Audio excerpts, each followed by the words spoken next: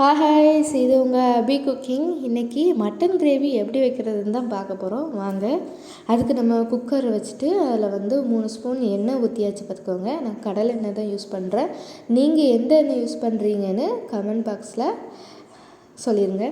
அதுக்கப்புறமா சோம்பு போட்டிருக்கேன், அதை பெருஞ்சீரகம் அதை போட்டுட்டு அதுக்கப்புறமா வெங்காயத்தை போட்டு நல்லா ஃப்ரை பண்ணிக்கோங்க. அதுக்கு கூட 2 பச்சை மிளகாய் சேர்த்துருக்கேன். உரப்புக்கு ஏற்ற மாதிரி நீங்களும் சேர்த்துக்கலாம். இப்போ நல்லா அது ஃப்ரை ஆகட்டும். ஒரு ப்ரௌன் கலரில் அது வர்ற வரைக்குமே நம்ம நல்லா வதக்கிக்கிடுவோம் ஃபஸ்ட்டு. சரி, இப்போ வதக்குனதுக்கப்புறமா அதுக்கப்புறமா நம்ம சேர்க்க போகிறது தக்காளி தான் பார்த்துக்கோங்க. அதுவுமே நல்லா ஃப்ரை ஆகிற வரைக்கும் நல்லா வதக்கி விட்டுக்கோங்க. தக்காளியை போட்ட உடனே அதுக்கப்புறமா நம்ம இஞ்சி பூண்டு தான் சேர்ப்போம். அதையும் சேர்த்துட்டு அடி பிடிக்காத மாதிரி நல்லா வதக்கி விட்டுக்கிட்டே இருங்க. அது மட்டும் இல்லாமல் அடியில் பார்த்திங்கன்னா நம்ம போட்ட உடனே நம்ம கிண்டும் போது அடியில் பிடிக்கும். அதனால் அடி பிடிக்காம மட்டும் கிண்டி விட்டுக்கிட்டு அந்த பச்சை வாசனை அதெல்லாம் போகிற வரைக்கும் கொஞ்சம் என்ன பண்ணுங்கன்னா கிண்டி விட்டுக்கிட்டே இருங்க. நல்லா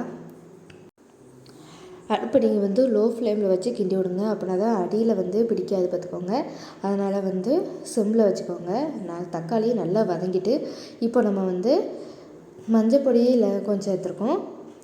அதுக்கப்புறம் பார்த்திங்கன்னா வத்தப்பொடி உரப்புக்கு ஏற்ற மாதிரி நம்ம சேர்த்துக்கிறோம். நான் 1 ஸ்பூன் மட்டும் சேர்த்துருக்கேன்.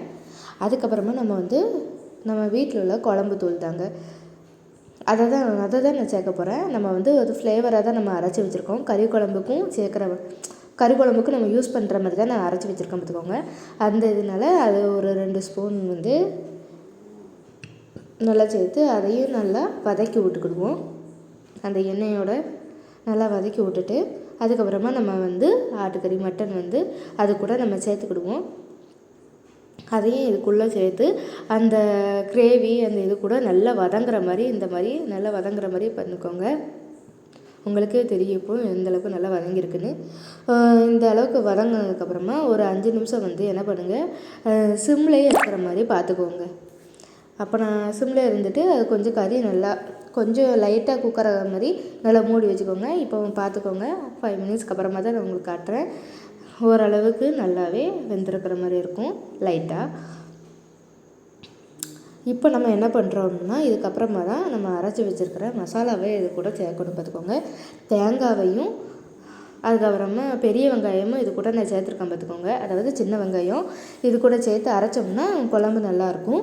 அதுக்கப்புறம் இது மையாக இருக்கணும் அப்படிங்கிறதுக்காண்டி நீங்கள் பார்த்தீங்கன்னா கொஞ்சம் குழம்பு தூளை அது கூட சேர்த்து அரைக்கும்போது நீங்கள் பார்த்தீங்கன்னா தேங்காய் கொஞ்சம் நல்லா மையாக அரையும். சொரன்னு அரைகிறது இந்த மாதிரி இருந்துச்சுன்னா நீங்கள் இந்த மாதிரி யூஸ் பண்ணிக்கலாம்.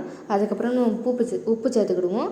மசாலா சேர்த்ததுக்கப்புறமா நம்ம தேவையான அளவு உப்பு சேர்த்துட்டு இப்போ நம்ம தேவையில்லாத உப்பு சேர்த்துட்டு இப்போ குக்கரை மூடி வச்சாச்சுங்க. ஒரு 7லேருந்து ஒரு 5 விசில் வரைக்கும் நம்ம வைக்கலாம். நம்ம கறியை பொறுத்து ஆட்டு கறியாக இருந்துச்சுன்னா ஒரு 5 விசிலே போதுங்க.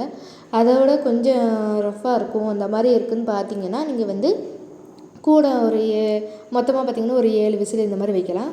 வச்சு எடுத்துங்கன்னு வச்சுக்கோங்களேன். கறியை பார்த்தாலே உங்களுக்கே தெரியும் எண்ணெய் பிரிஞ்சு நல்லா. நான் கறி கிரேவிங்கிறதுனால தண்ணி ரொம்ப ஊற்றலைங்க, லைட்டாக தான் இது பண்ணியிருக்கேன். அதனால் அது இந்த ஃப்ளேவருக்கு ஏற்றாப்புல இருக்குது.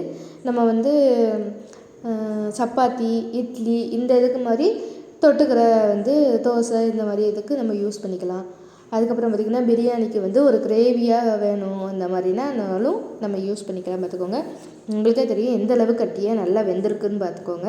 நல்லா பூ போல் வெந்திருக்கு கறி. நல்லா கிண்டி விட்டுக்கோங்க. நீங்களே பாருங்கள், உங்களுக்கே தெரியும் நல்லா வெந்திருக்கு. இப்போ நம்ம கொத்தமல்லி கருவேப்பிலை லாஸ்ட்டாக இது கூட சேர்த்துக்கிடுவோம். எப்போவுமே லாஸ்ட்டாக சேர்க்கும்போது கொஞ்சம் அந்த நல்லாயிருக்கும் ஃப்ளேவர். அதனால் நீங்கள் எப்போவுமே லாஸ்ட்டாக சேர்த்து பாருங்கள். உங்கள் வீட்லேயும் ட்ரை பண்ணிவிட்டு எப்படி இருக்குதுன்னு சொல்லுங்கள். தேங்க்யூ.